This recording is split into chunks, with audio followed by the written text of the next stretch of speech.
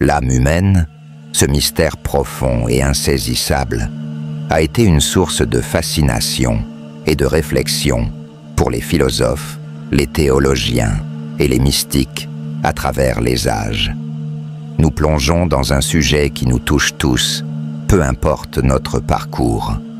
Un sujet à la fois profond et mystérieux qui a fasciné les plus grands penseurs, les prophètes et les mystiques à travers les âges. Qu'est-ce que l'âme? D'où vient-elle? Et surtout, comment comprendre son rôle dans notre vie spirituelle? Restez avec moi jusqu'à la fin, car dans cet épisode, nous allons découvrir ensemble des aspects de l'âme qui pourraient bien changer votre perspective sur la vie, la foi et votre relation avec Allah. Mais avant de commencer, j'ai une question pour vous. Qu'est-ce qui, selon vous, définit véritablement une personne? Est-ce son corps, son esprit ou quelque chose de plus profond? Réfléchissez à cela et laissez-moi vos pensées dans les commentaires en bas.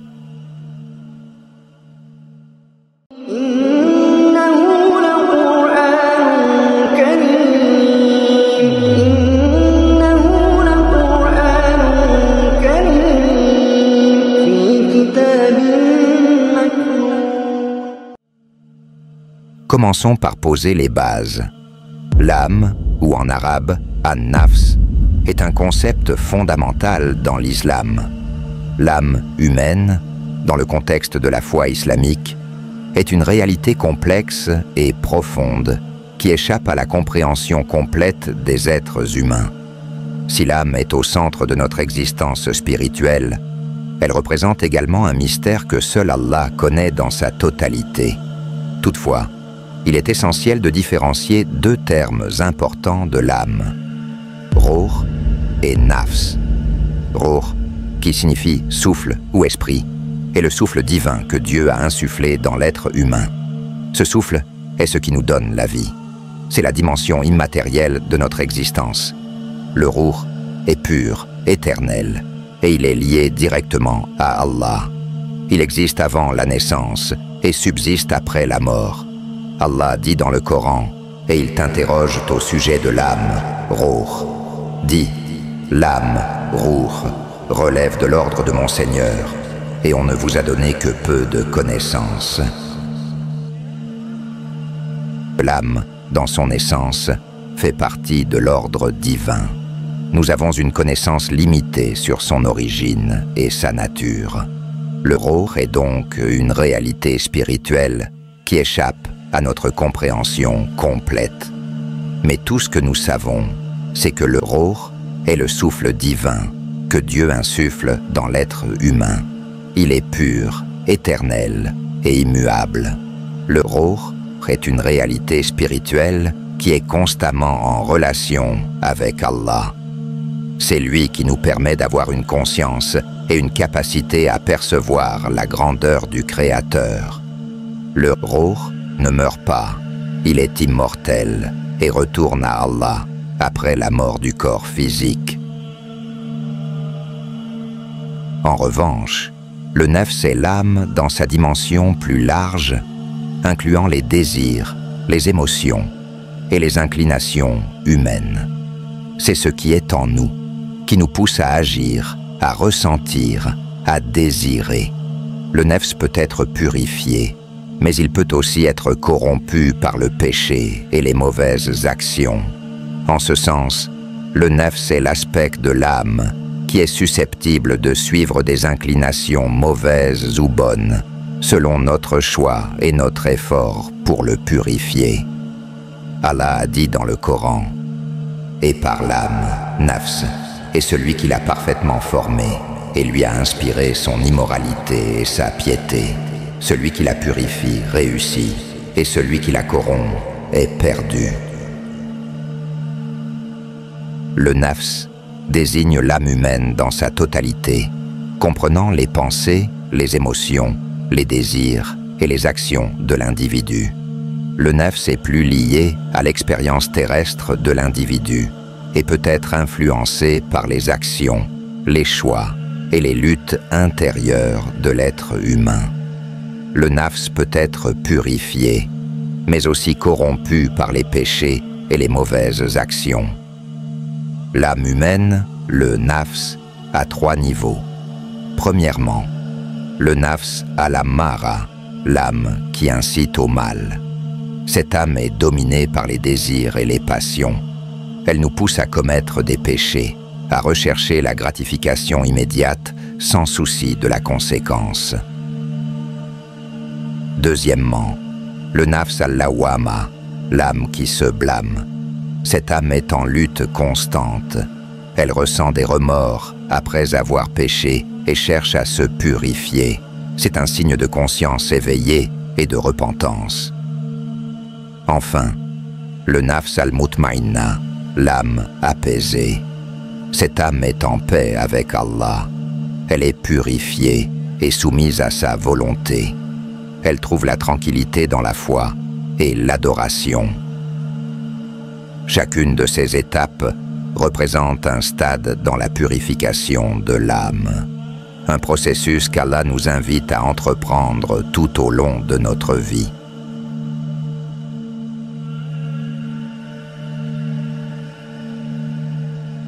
Maintenant que nous avons clarifié ce qu'est l'âme, il est important de comprendre comment elle interagit avec le cœur, car le cœur, al-qalb, joue un rôle crucial dans l'état de l'âme. Le cœur n'est pas simplement un organe physique. Dans l'islam, le cœur est le siège des intentions, des émotions et de la foi. Il est le centre de notre spiritualité. Si notre cœur est pur, l'âme sera également pure. Si notre cœur est corrompu, l'âme sera perturbée et s'éloignera de la paix. Le prophète Muhammad, paix et bénédiction sur lui, a dit: dans le corps humain, il y a un morceau de chair qui, s'il est sain, tout le corps est sain. Et ce morceau de chair, c'est le cœur. Le cœur est donc un miroir de l'âme. Si nous permettons à des pensées mauvaises et des émotions négatives de s'infiltrer dans notre cœur, cela affectera directement l'âme. Mais si nous purifions notre cœur par le dhikr, le rappel d'Allah, par la prière et par des actes de charité, cela purifie notre âme et nous rapproche d'Allah. Le prophète Muhammad, paix et bénédiction sur lui, nous enseigne aussi que l'âme trouve la paix dans le rappel d'Allah. Il a dit: les cœurs ne se calment que par le rappel d'Allah. En nous tournant vers Allah avec sincérité, en nous rappelant constamment sa grandeur et sa miséricorde, nous nourrissons notre cœur et, par extension, notre âme. C'est ainsi que nous pouvons purifier l'âme, en purifiant d'abord le cœur.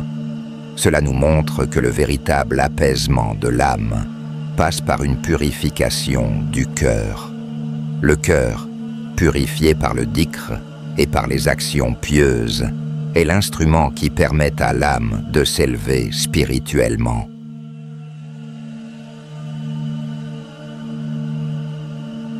Il est également essentiel de comprendre que l'âme est souvent mise à l'épreuve dans cette vie. Ces épreuves, bien que difficiles, sont des opportunités divines pour purifier notre âme et renforcer notre foi. Les épreuves font partie intégrante de la vie humaine. Elles peuvent prendre la forme de pertes, de souffrances, de maladies, d'échecs ou de luttes internes. Dans l'islam, les épreuves sont perçues non pas comme des punitions, mais comme des opportunités offertes par Allah pour purifier l'âme, renforcer la foi et rapprocher le croyant de lui.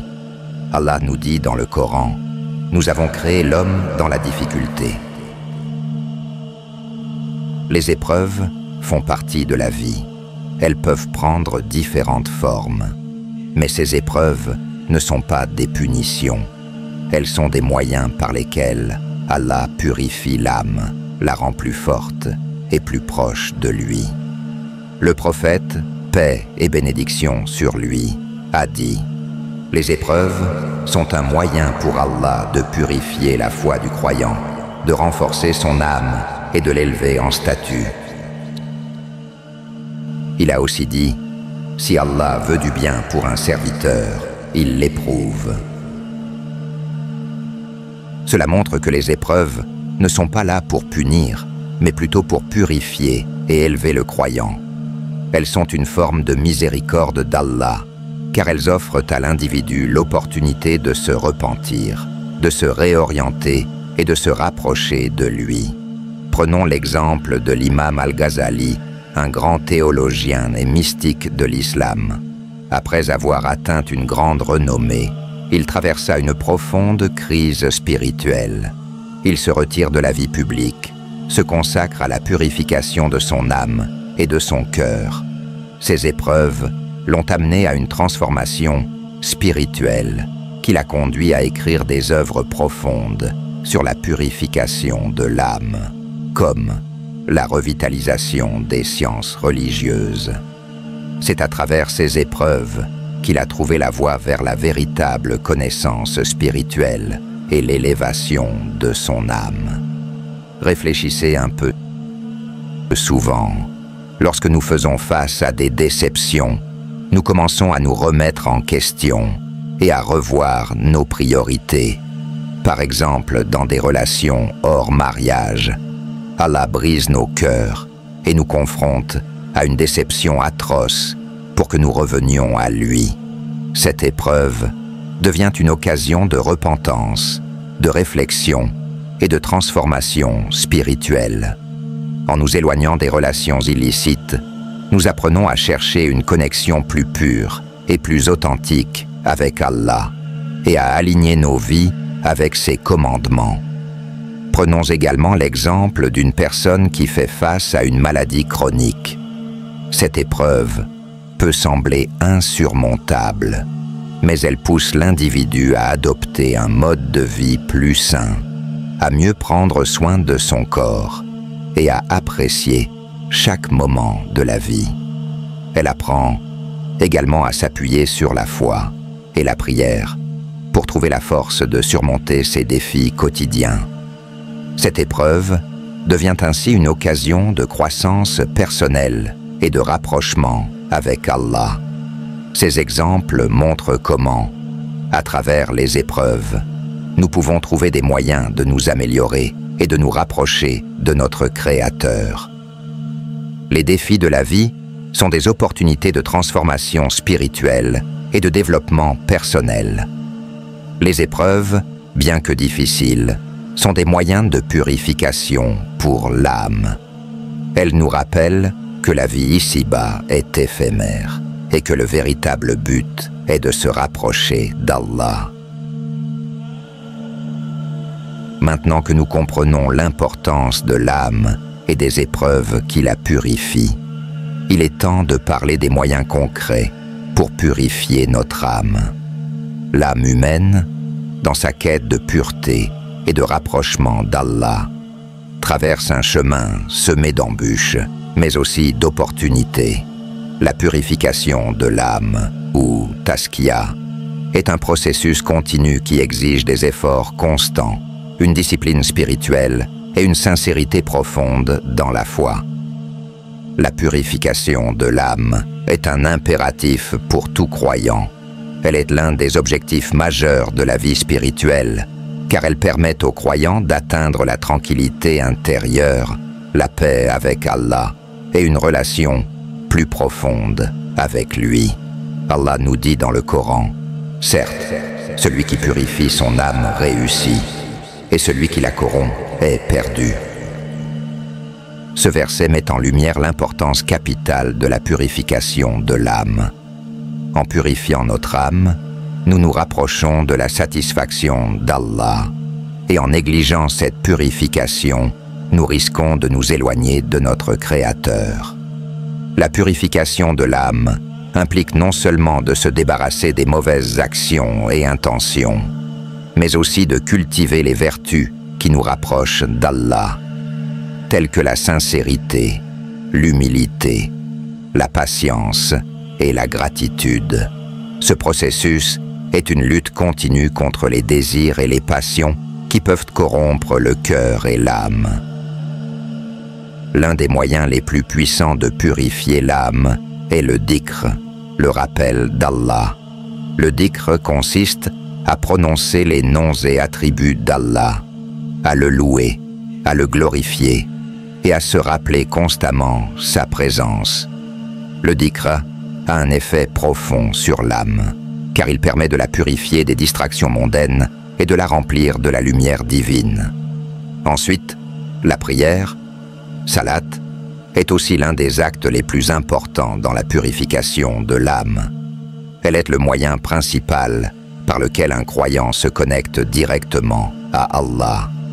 La prière permet au croyant de s'élever spirituellement, de purifier son cœur et de se protéger des influences négatives. Le prophète Muhammad, paix et bénédiction sur lui, a dit « La prière est la clé du paradis ». Un autre purificateur, comme la lecture et la réflexion sur le Coran, est un moyen puissant de nourrir notre âme et de l'éclairer. Le Coran est la parole d'Allah, et chaque verset contient une lumière qui purifie notre cœur. Pour finir, la charité, sadaqa, donnée pour la cause d'Allah, purifie non seulement nos biens, mais aussi notre âme.